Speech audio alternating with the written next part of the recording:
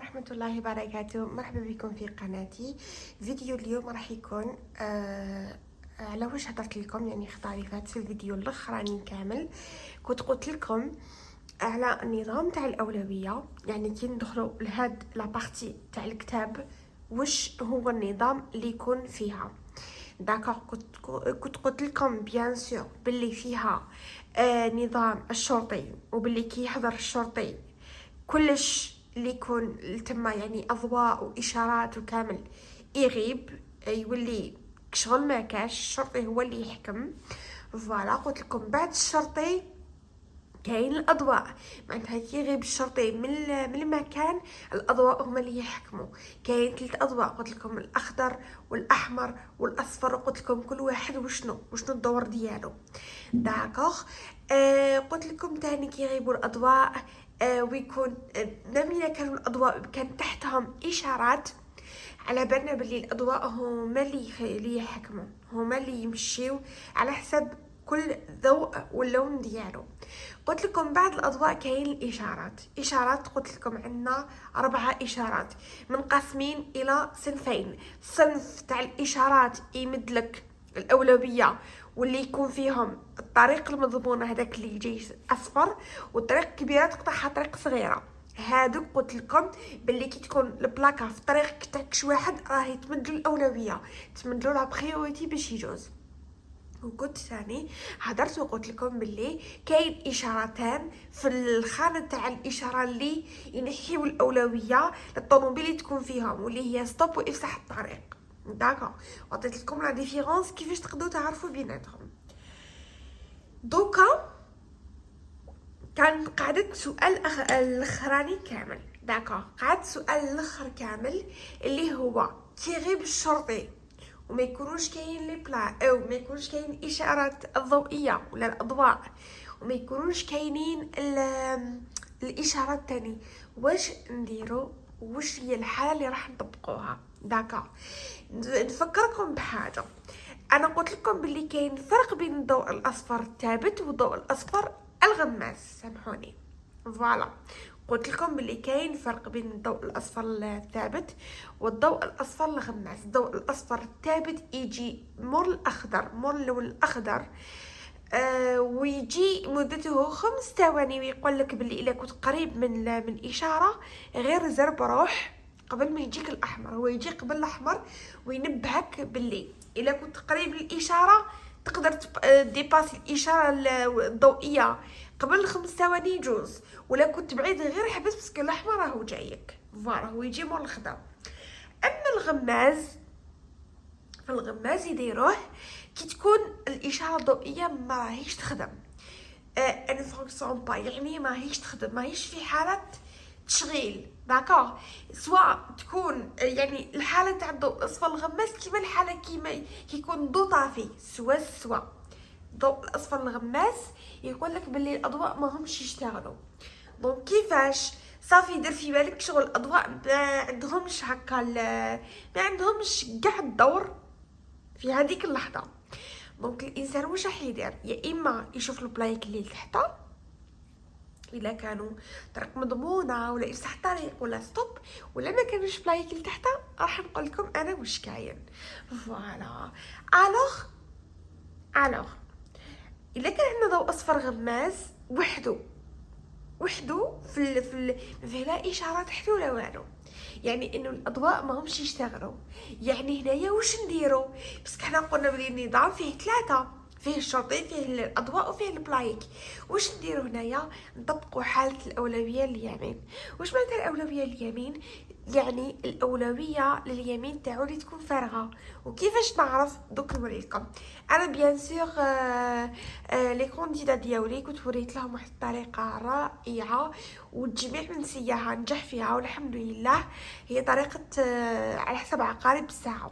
داكا دونك راح نوريكم واحد الطريقه بزاف سهله، سو ابشروا تاع الصح.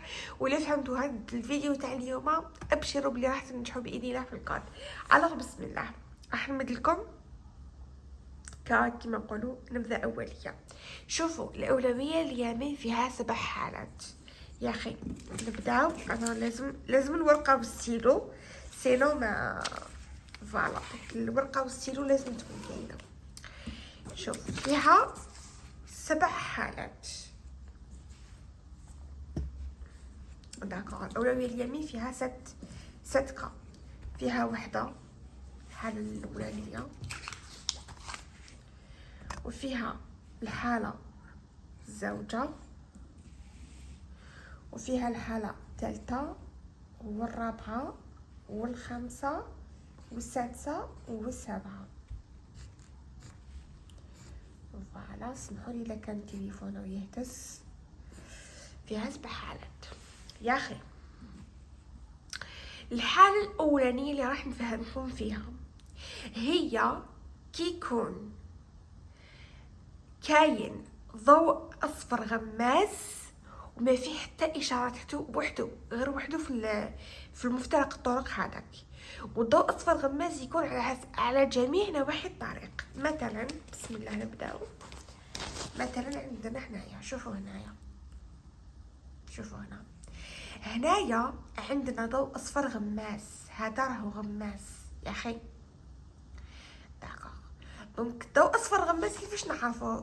تقولوا لي هنايا ماهوش باين، وصح عندكم الحق ماهوش باين باللي غماز. كيفاش نعرفوه باللي غماز؟ الا لقيناه في هذا الطريق وفي هذا الطريق نفس اللون اعرفوه باللي غماز. ولا شفتوه هنايا صفر وهنا خضر ولا اعرفوا باللي هذا الاصفر ثابت. حطوا يدكم هنايا وجوزوا. الا كانت فارغه وحده جوزوا في الوحده من وحده، ولا كانوا زوج كي تحط يدك هنا ولا تحط يدك هنا ساهله ما يمشوش. صافي تفوت الزرقاء باش تفوت الصفراء يا اخي. على حساب نحطوا يدنا في الطريق الفارغه ونجوزوا على حساب عقارب ساعه يا اخي. ساعه تمشي هكا الوحده زوج ثلاثة أربعة خمسة ستة سبعة ثمانية تسعة 10 11 12 يا اخي. صافي نجوز الزرقاء باش الصفراء. صح. هنا عندنا هذا المثال الاولاني اللي قلنا كيكون الضوء اصفر غماز يا اخي. دوك نكتبه لكم باش تقدروا ديروا عليها سكرين شوت ولا. المهم الحاله الثانيه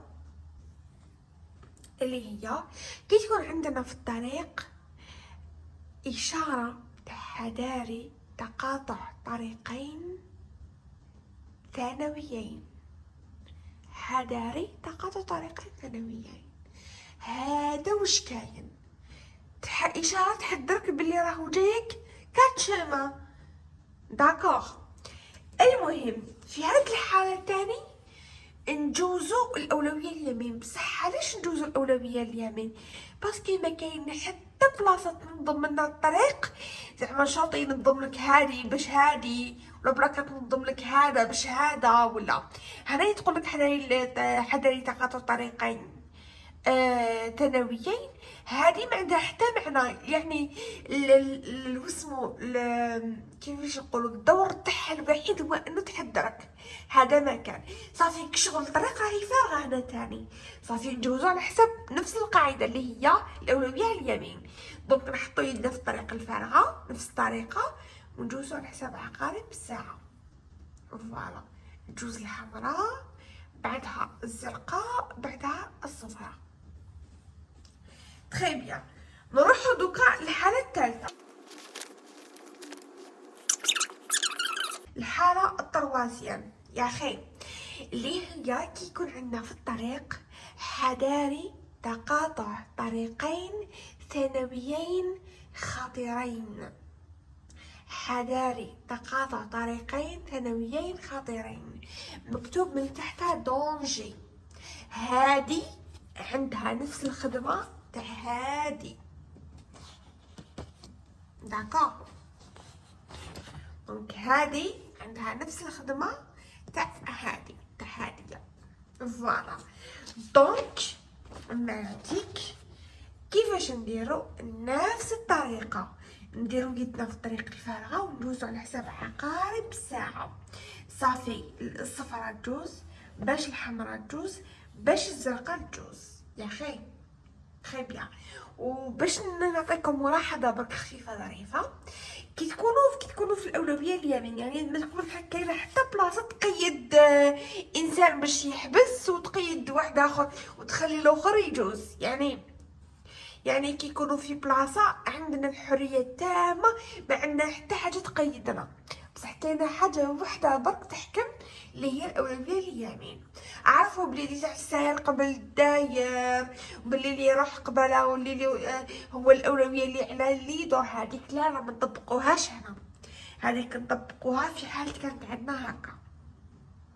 داكا في حال كانت عندنا مثلا، المهم كي يكون عندنا هكا حدائق كبير تاع طريق صغيره، في الاشاره تاع الاولويه اليمين ما عندناش هذا اسمه، عندنا برك اللي اليمين تاعو تكون فارغه هو اللي يجوز. هنا قلت لكم الصفراء باش الحمراء باش الزرقاء. هنايا انا في اسمه الثالث. وشنو تاني؟ ثالث رابع اشاره اللي هي نفس الشيء كما نقولوا كي يكون عندنا حداري طريقين متقاطعين كبيرين، اخي يكونوا كبار لزوج كبار.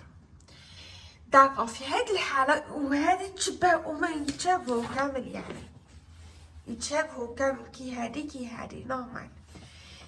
داكو في هذه الحاله تاني نجوز الاولويه اليمين. المهم قلت لكم كي تشوفوا هذه عرفوا بلي هذه ما عندها حتى الدور تاعها الوحيد انها تقول لك حذاري كاين خطر تاع تقاطع طريقي ولا تاع مفترق طرق.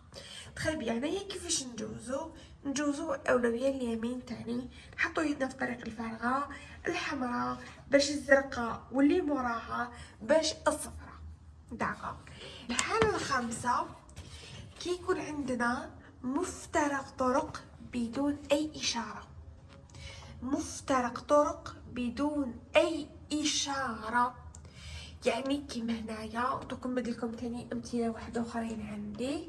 داكوغ كي يكون مفترق طرق ما فيه حتى اشاره، كيما مفترق الطرق اللي فيه الضوء اصفر الغماز اللي يقول لك بلي الاضواء ما همش يمشوا كيف كيما حدا يتقاطع طريقين اللي ما عنده حتى دور.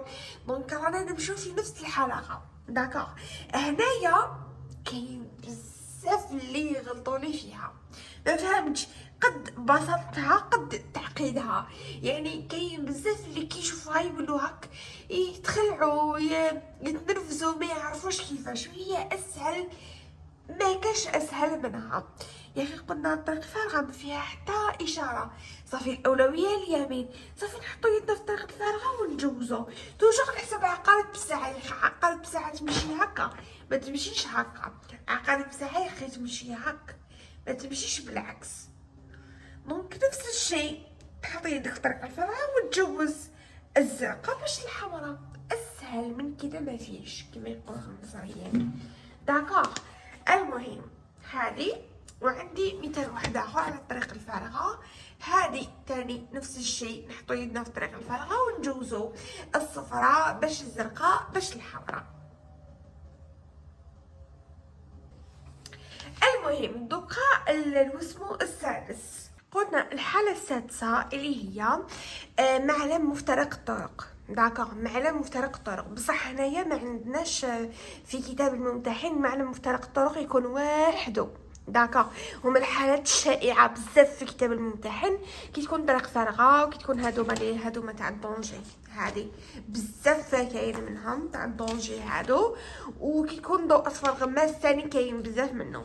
بصح هاد الحالتين الاخرانيين كامل اللي راح نوريه لكم ما كاش اصلا في كتاب الممتحن، بصح انا نمدهم لك اونكا داروا هكا نسخه جديده ولا منه وداروهم فيه تكونوا نتوما على بالكم مسبقا. داكا المهم الحاله قلت لكم السادسه هي كي يكون عندنا معلم مفترق الطرق. هذا معلم مفترق الطرق راهو مخلط مع ستوبيتو. هنا كشغل في هذه الحاله هذه تحبس وهاد الزوج يجوزوا. داكا بصح هنايا في الحاله تاع الاولويه اليمين يكون معلم مفترق الطرق في كامل الطرق، يكون واحد هنا واحد هنا واحد هنا واحد هنا. داكوغ هكايا نجوزو على حسب الاولويه اليمين. داكا كيكون معلم مفترق طرق، وها هو معلم مفترق طرق كيفاش جاي هكا ابيض وفيه شلطه مع الفوق كامل. فوالا هذا هو. الحاله الاخيره واللي هي الحاله السابعه والاخيره، قلت لكم ثاني ماشي متواجده في هذا الكتاب. دونك كيكون عندنا هكا هي نفس الشيء هكايا بصح تكون عندنا هاد البلاكا تاع نهايه الطريق ذو اولويه وحده، سواء وحده ولا مع هذه الاشاره الحذريه تقاطع طريقين. فوالا يكون سواء وحده ولا مع الاشاره الحذريه تقاطع طريقين. المهم كيف وحده كي مع الاخرى. نجوزو ثاني نفس الشيء على حساب عقارب الساعه ولا على حساب الاولويه اليمين. دونك كيكون عندنا نهايه الطريق المضمون. في هذه الحاله مثلا نجوزو الصفراء هكا، نحطو يدنا هنا ونجوزو الصفراء باش الحمراء باش الزرقاء. داكا ان شاء الله تكون كيما نقولوا الحاله مفهومه. دوكا نكتب لكم الحالات ونعاود لكم ريفيزيون خفيفه وبالتوفيق ان شاء الله. المهم كما راكم تشوفوني كتبت لكم باش اللي حاب يدير كيما نقولوا سكرين شات ولا. المهم قلت لكم الحاله الاولانيه وجود ضوء اصفر غماس في جميع الطرق، يعني في كاع نواحي الطريق. حذاري تقاطع طريقين، حذاري تقاطع طريقين ثانويين ولا صغيرين، حذاري تقاطع طريقين كبيرين او رئيسيين. يعني في هذه الحاله كيف يعني كي تشوفوهم كيف بصح يعني مختلفين. حذاري تقاطع طريقين خطرين، تلقاهم مكتوب دونجي من تحت. مفترق طرق دون اشاره، كيكون كاين كاتشمام ما في حتى اشاره. وهنايا في نهايه الطريق ذو الاولويه نلقاو هذه البلاكه وحدها ولا مع وحده من هادوما تاني نجوز على حسب الاولويه اليمين، ومعلم مفترق الطرق في جميع نواحي الطريق. هادو هما الحالات تاع الاولويه لليمين. ان شاء الله تكونوا استفدتوا من الدرس وبالتوفيق ان شاء الله.